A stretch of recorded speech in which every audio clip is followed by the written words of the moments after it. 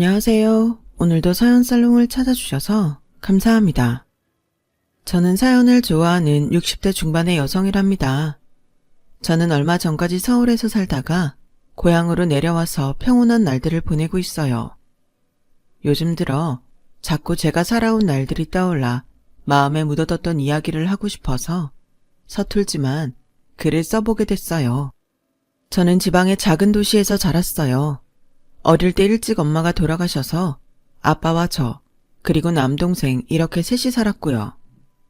아빠는 큰 역이 있는 시내에서 자동차 정비 공장을 하셨어요. 동생은 어릴 때부터 서울 가고 싶다고 해서 중학생이 되자 바로 보냈죠. 저는 그런 거에 큰 욕심이 없어서 우리 동네에 있는 게 좋았어요. 하지만 아빠는 생각이 다르셨어요. 성미야, 사람이 살다 보면 어떤 일을 하게 될지 몰라. 능력을 길러야 돼. 아빠가 살아보니 그렇더라. 너도 성호처럼 미래를 준비하는 게 좋을 거다. 아빠가 부자는 아니어도 밀어줄 수 있는 만큼은 해줄게. 니들 엄마 없어서 힘들게 컸다는 말은 듣지 말아야지. 아빠 말 나도 다 아는데 아직은 뭘 하면 좋을지 잘 모르겠어. 아무튼 아빠 말 명심하고 지금부터 생각해볼게. 라고는 했지만 고등학교 갈 때까지도 저는 진로를 결정하지 못했어요. 공부가 두루두루 재미는 있었고 머리도 나쁘지는 않아서 성적이 떨어지지는 않았어요. 하지만 하고 싶은 게 없어서 적당히 성적에 맞춰서 대학에 가고 그 다음에는 나중에 생각하자 싶었죠. 별 탈 없이 평범한 날들이 계속될 때까지는 그랬어요. 고2 가을 어느 날 학교 수업 시간에 갑자기 담임선생님이 저를 불렀어요. 성미야, 얼른 병원에 가봐라. 아버지가 쓰러지셨다는구나. 네? 왜요? 어디서요? 공장에서 일하다가 갑자기 그랬다나 봐. 저는 바로 시내의 종합병원에 갔고 아버지는 수술 중이었어요. 의사 말로는 심장에 문제가 생겼다는데 수술이 끝나봐야 안다고 하더군요. 저는 동생한테 연락을 하고 3시간이 넘는 시간을 혼자 대기실에서 아빠가 무사히 나오기만을 기다렸어요. 아빠는 다행히 수술이 잘 끝났고 앞으로 관리만 잘하면 된다고 했어요. 하지만 의사는 공장을 운영하는 건 힘에 부쳐서 힘들 거라며 모든 걸 놓고 푹 쉬어야 한다고 엄중하게 경고했어요. 우리 애들 앞으로 갈 길이 얼마나 창창한데요. 아빠가 돼서 손 놓고 보고만 있으라니. 말이 됩니까? 안 돼요. 저 일해야 돼요. 아버님, 그러다가 자식들 두고 먼저 가실 수도 있어요. 그게 자녀분들한테는 더 힘들 거예요. 결국 아빠는 정비공장을 정리하고 친구에게 넘기고 집에서 쉬게 됐어요. 아빠, 지금까지 열심히 일만 했잖아. 그래서 이제 쉬면서 몸 돌보라는 신호야. 의사 선생님 말대로 우리만 놓고 아빠까지 먼저 가버리면 우리는 어떡하라고. 걱정하지 마. 나도 살 길 있고 성호도 알아서 잘하고 있잖아. 아빠는 건강을 회복할 생각만 해. 저는 일을 그만두고도 우리 걱정하느라 제대로 쉬지 못하는 아빠를 안심시켰어요. 아빠가 우리를 위해 그동안 적금도 들어놓고 돈도 모아 놓으셨다는 건 알고 있었지만 무작정 그 돈을 쓰자고 할 마음은 없었어요. 저라도 집안의 보탬이 되고 동생도 마음 놓고 공부하게 해야겠다고 생각했어요. 저는 서울에 있는 전문대에 가기로 결심했고 다행히도 회계학과에 무난히 합격했어요. 아빠도 동생도 제가 경영 쪽으로 공부하기를 원했는데 일하면서 공부하기에는 회계학과가 좋을 것 같았거든요. 그리고 친척의 소개를 받아서 서울의 한 중학교에서 행정실 아르바이트를 했죠. 말이 행정이지 저는 잡심부름만 했어요. 누구도 제게 일다운 일을 맡기지 않았죠. 그래도 저는 묵묵히 주어진 걸 해냈고 학교를 졸업할 때에는 회계사무소에 취직도 할 수 있었어요. 그리고 학교 행정실 일을 그만둘 때쯤 저는 그 학교 윤리선생님한테 뜻밖의 고백을 받았어요. 박성미 씨 마음에 들어서 언제 고백할 수 있나 계속 타이밍만 보고 있었거든요. 근데 이제 학교를 안 나온다고 하니 더는 기다릴 수가 없어서요. 저 박성미 씨 좋아합니다. 저랑 만나주세요. 아니, 선생님이 저 같은 행정보조가 어디가 좋다고요. 그리고 저 이제 대학 졸업해서 겨우 작은 회사에 들어가는데요. 선생님 정도면 얼마든지 더 좋은 조건 가진 사람 만날 수 있지 않아요? 좋은 조건이란 게 뭔데요? 제 마음에 들면 좋은 조건 아닌가요? 성미 씨도 저 싫은 거 아니죠? 저 좋다는 걸로 알고 있을게요. 그럼 우리 이번 주 일요일에 만나요. 22살이었던 저는 연애 경험도 없었고 일하고 공부만 하느라 미팅을 해본 적도 없었어요. 그러니 윤리 선생님이 남자답고 박력 있어 보였고 저의 배경을 보지 않는 사고방식의 마음을 빼앗겼어요. 저는 그렇게 저보다 10살 많은 사람과 첫 연애를 하고 결혼까지 하게 됐죠. 결혼하기까지 모든 게 다 좋지만은 않았어요. 시어머니는 저를 노골적으로 얕잡아 봤어요. 상견례 날에는 아빠와 동생도 우습게 여기는 게 보였어요. 어머, 난 니네 아버지 어디 노가다 하다가 밥 얻어먹으러 온 사람인 줄 알았어. 하마터면 인사도 안 날 뻔했다. 동생은 서울 생활 오래 했다면서 촌티가 하나도 안 벗어졌네. 암만 인류대학에서 장학금을 받으면 뭐해? 사람이 세련미가 있어야지.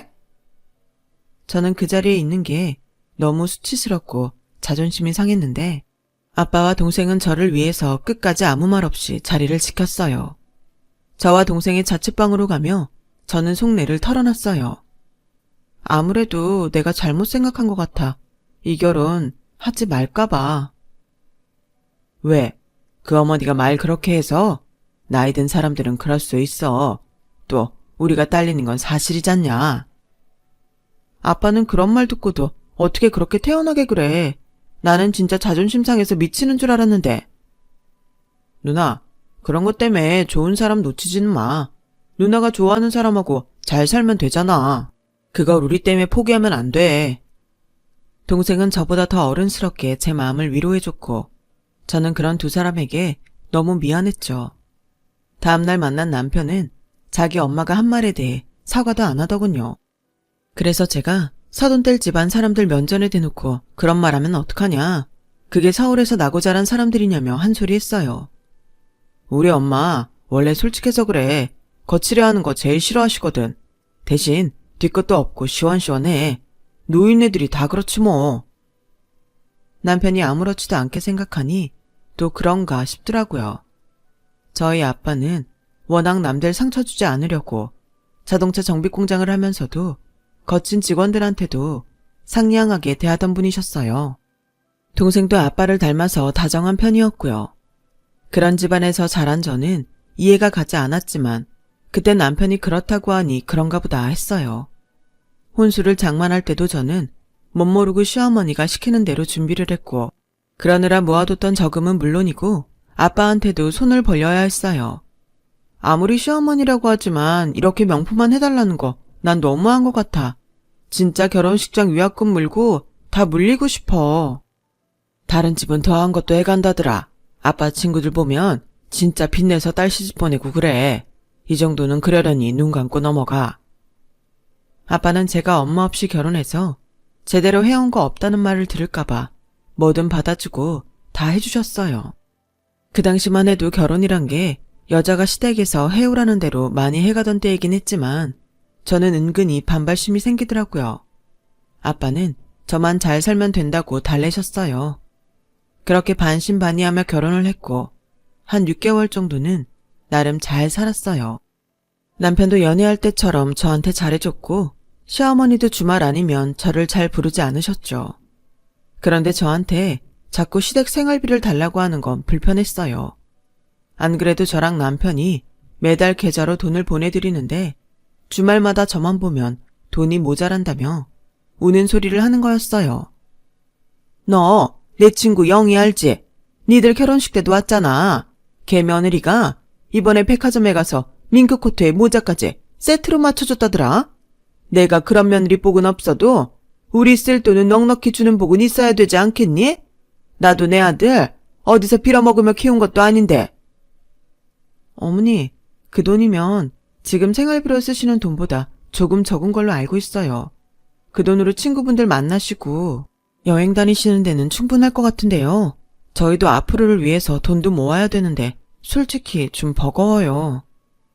야, 내가 그 돈으로 놀러 다닌다고 누가 그러니? 민수가 그러디? 걔는 지 엄마를 이상한 사람 만드네. 근데 너도 말 그렇게 하는 거 아니지? 내가 니들 돈 모으지 말라고 하기랬니? 있는 데서 나 부끄럽지 않게 해달라는 거지? 얘가 가만 보면 사람 속물처럼 만들고 그러더라. 누가 들으면 내가 며느리 뜯어먹고 사는 줄 알겠다. 시어머니는 불같이 화를 냈고 집에 온 남편은 제게 불평을 했어요. 당신은 가끔 보면 너무 융통성이 없어. 어른이 그런 말하면 생글생글 웃으면서 네 어머니 생각해 볼게요. 이렇게 넘어갈 줄도 알아야지. 나까지 곤란하게 만들고 그래. 처음부터 못하는 건 못한다고 말해야 기대를 안 하시지. 돈 줄 수 있을 것처럼 하다가 안 주면 그게 더 나쁘잖아. 내가 뭘 당신을 곤란하게 해. 내가 당신이랑 어머니 기분까지 생각하면서 없는 말 해야 돼? 그러는 당신네는 왜 내 기분은 생각 안 하는데 왜 나한테는 하고 싶은 말 다 하면서 자기들 마음만 알아달래? 이 조그만 게 어디서 이렇게 따박따박 대들어. 여자가 그러면 집안 사람들 신경 쓰는 게 일이지. 누구더러 자기 기분 안 알아준다고 징징거려. 저는 그 말에 너무 충격을 받았어요. 남편이 저를 그런 식으로 생각하고 있었다는 게 화가 났죠. 제가 너무 화가 나서 며칠 동안 말도 안 하고 있었더니 남편은 그제야 미안하다며 자기가 너무했다고 하더군요. 앞으로는 서로 조심하자고 하면서요. 그때는 저도 알겠다고 하고 넘어갔어요. 시어머니는 제가 가진 것 없는 집 딸이라고 무시하셨지만 그래도 심하게 시집살이를 시키지는 않았는데 제가 남편보다 돈을 더 잘 벌기 때문이었어요. 네가 다른 건 없어도 돈복은 있나 보다. 네가 집에 들어오고 돈 걱정은 해보질 않네. 시어머니는 제가 돈 가지고 남편 기죽일까봐 은근히 신경 쓰면서도 저한테 용돈을 못 받을까봐 그런지 눈치를 보긴 했어요. 그럭저럭 결혼하고 1년이 넘었고 저는 아이를 갖게 됐어요. 10주 차에 접어들었을 때 알게 됐는데요. 그전부터 남편이 많이 늦기 시작하더군요. 아이가 생겨서 좋다면서도 입시랑 애들 진로 상담 때문에 바쁘다고 새벽에 들어오기도 하고 아예 집에 오지 않기도 했어요. 시어머니도 그전에는 애가 생기기를 바라던 눈치더니 막상 제가 아이를 가졌다고 하니 시큰둥 하시더라고요. 지금 가지면 낳을 때 더워서 고생 좀 하겠다. 그런 걸 계산해보지 그랬니? 넌 친정엄마도 없는데 산후조리도 어떻게 할지 생각해봤어야지. 나 고생시킬 생각은 마라. 회사도 바빠서 야근이 많아졌는데 남편이랑 시어머니까지 저러니 서글펐어요. 정말 친정엄마 없는 서름이 이런 거구나 싶어서 혼자서 울기도 많이 울었네요. 하루는 거래처를 다녀오는데 낯익은 사람이 보였어요. 바로 남편이었어요. 저는 남편을 부르려다가 옆에 있는 여자를 보고 그 자리에서 얼어버리고 말았죠. 아유, 우리 예쁜 사모님 힘들어서 어째. 조심조심 내 손 잡아 얼른. 보니까 두 사람이 나온 곳은 산부인과였어요. 내가 잘못 본 게 아닐까? 정말 한참을 그 자리에 서서 확인하고 또 확인했어요. 두 사람은 택시가 오자 타고 가버렸고 저는 그대로 있을 수 없어서 산부인과에 가봤어요.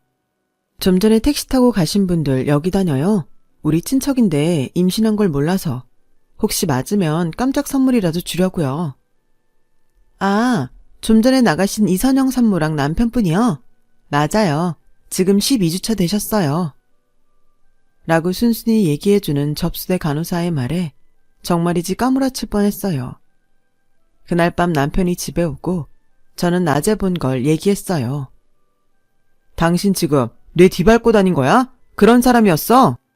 누가 뒤를 밟았다고 그래? 거기 거래처 있는 동네야. 당신하고 웬 여자가 산부인과 나와서 택시 타고 갔잖아. 원래는 천천히 얘기할 생각이었는데 이렇게 된 거 어쩔 수 없네. 나 다른 여자 만나고 있어. 1년 좀 안 됐어. 10달쯤 됐나?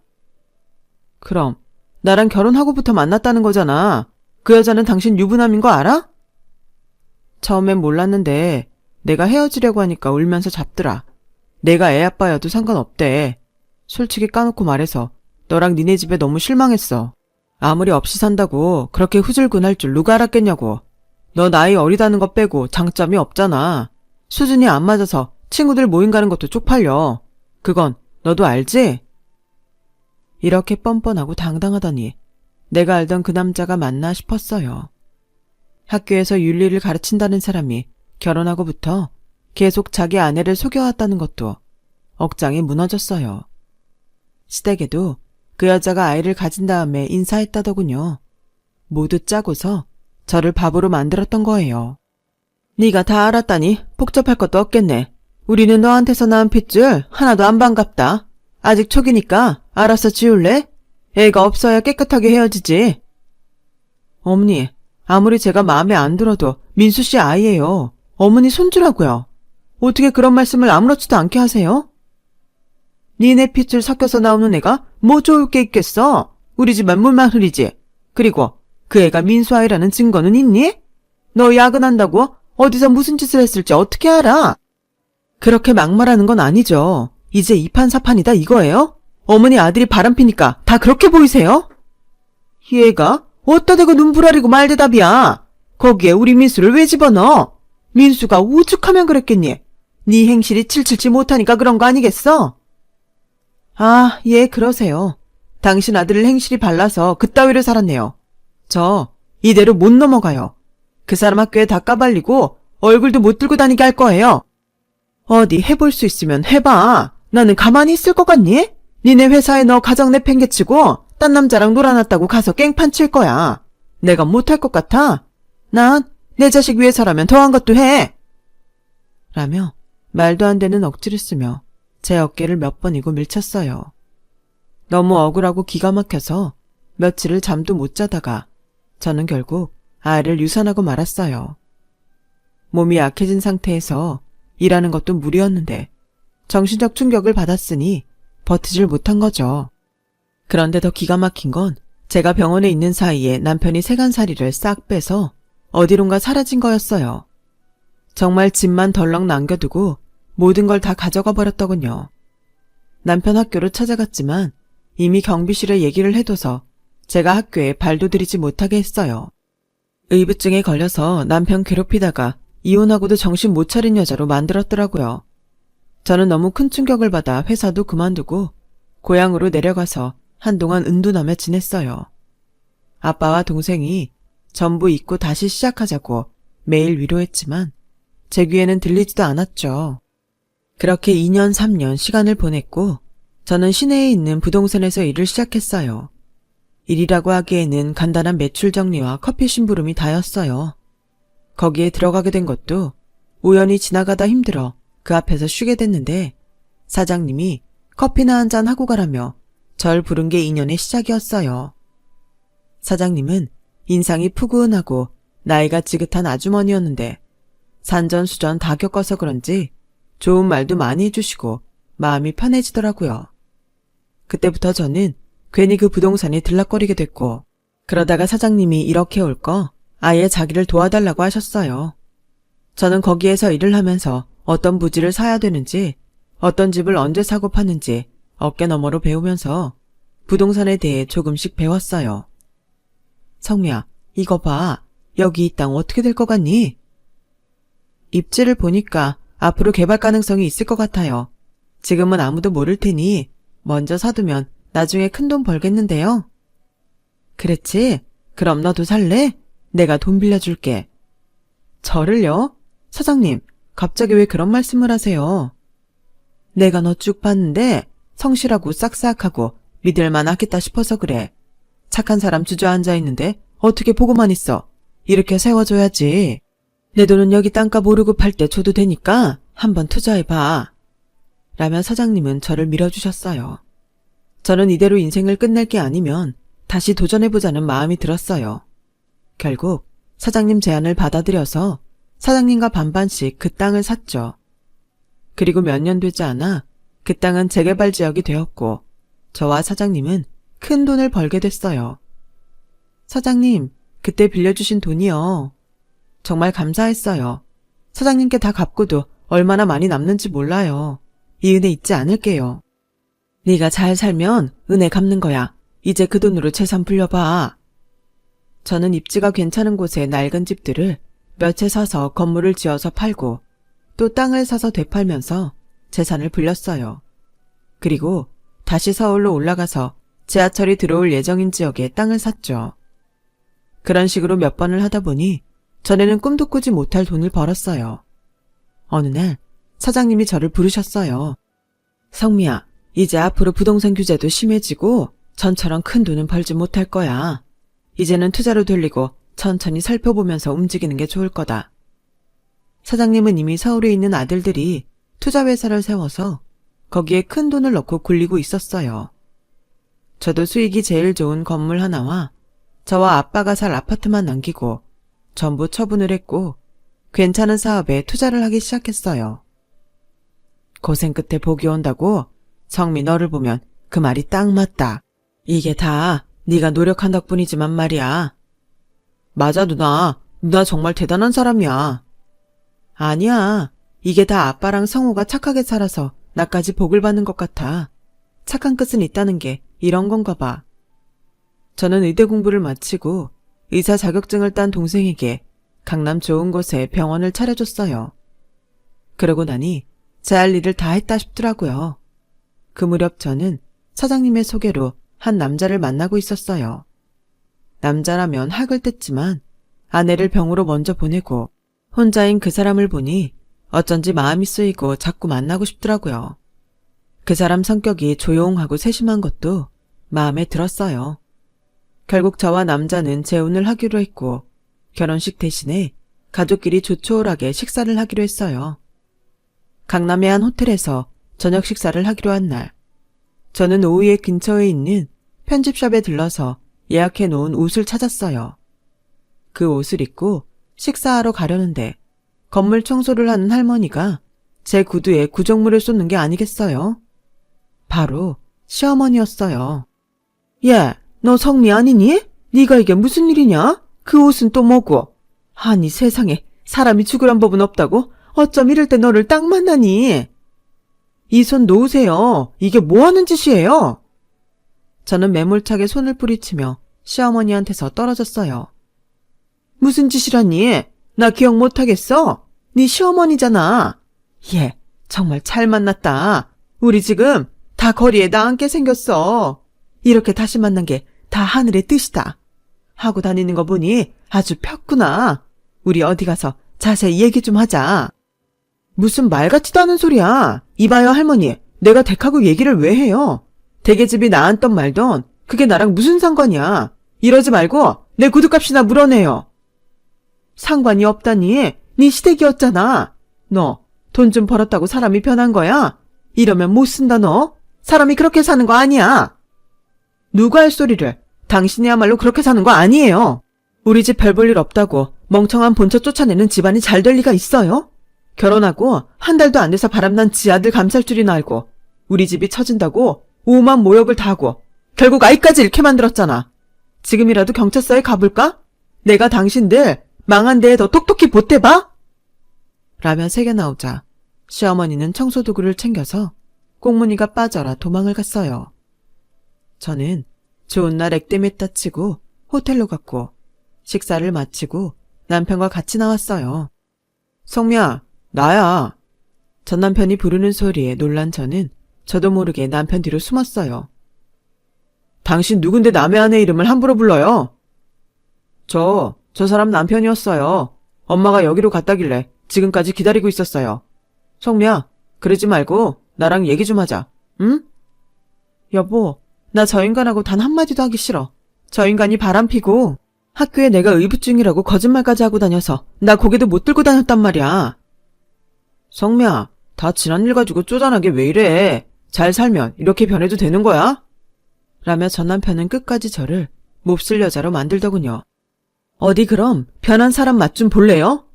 여기요, 경찰 좀 불러주세요. 이 호텔은 수상한 사람을 막 내버려둬도 되는 거예요? 아까부터 말도 안 되는 소리 하면서 돈 내놓으라고 하는데 112 불러주세요. 제가 소리를 치자 호텔 직원들이 와서 남편을 양쪽에서 붙잡고 끌어냈어요. 성미야, 내가 잘못했어. 정말 미안해. 내가 죽을 죄를 지었어. 그 사람은 끌려나가면서 계속 소리쳤지만 저는 남편의 차를 타고 빠져나왔어요. 알고 보니 전 남편이 바람나서 결혼한 여자가 다른 남자랑 눈이 맞아서 아이도 내팽개치고 집안 돈을 다 들고 도망갔다더라고요. 자기가 진 빚까지 시댁한테 다 떠넘기고요. 인과응보라는 게 정말 있더라니까요. 시어머니는 그 건물 청소부도 못하고 쫓겨났고 전 남편도 다시는 저한테 접근하지 못하게 법원에서 접근 명령을 받아냈어요. 그 이후로도 두 사람은 어디서 어떻게 사는지 저도 모르고요. 소문을 듣자 하니 전 남편은 학교에서도 잘려서 배를 탔다고 하더군요. 시댁은 살 데가 없어서 여기저기 전전한다더라고요. 그게 벌써 20년쯤 전이네요. 저희 부부는 그동안의 사업과 일을 모두 접고 제 고향으로 와서 별장을 짓고 한가롭게 살고 있어요. 둘 사이에 아이는 없지만 친구처럼 서로 의지하면서 살고 있답니다. 이런 인연을 만나려고 그 고생을 했던 것 같아요. 제 이야기는 여기까지예요. 들어주신 분들 모두 좋은 일 많이 하면서 사셨으면 좋겠어요. 자기가 베푼 일은 꼭 돌아오는 것 같아요. 착하게 살면 좋은 끝은 있답니다. 그럼 모두 건강하세요. 감사합니다. 여러분, 사연 댓글에 응원과 현명한 조언 부탁드려요. 좋아요와 구독은 저에게 큰 힘이 됩니다. 오늘도 좋은 일 가득하세요.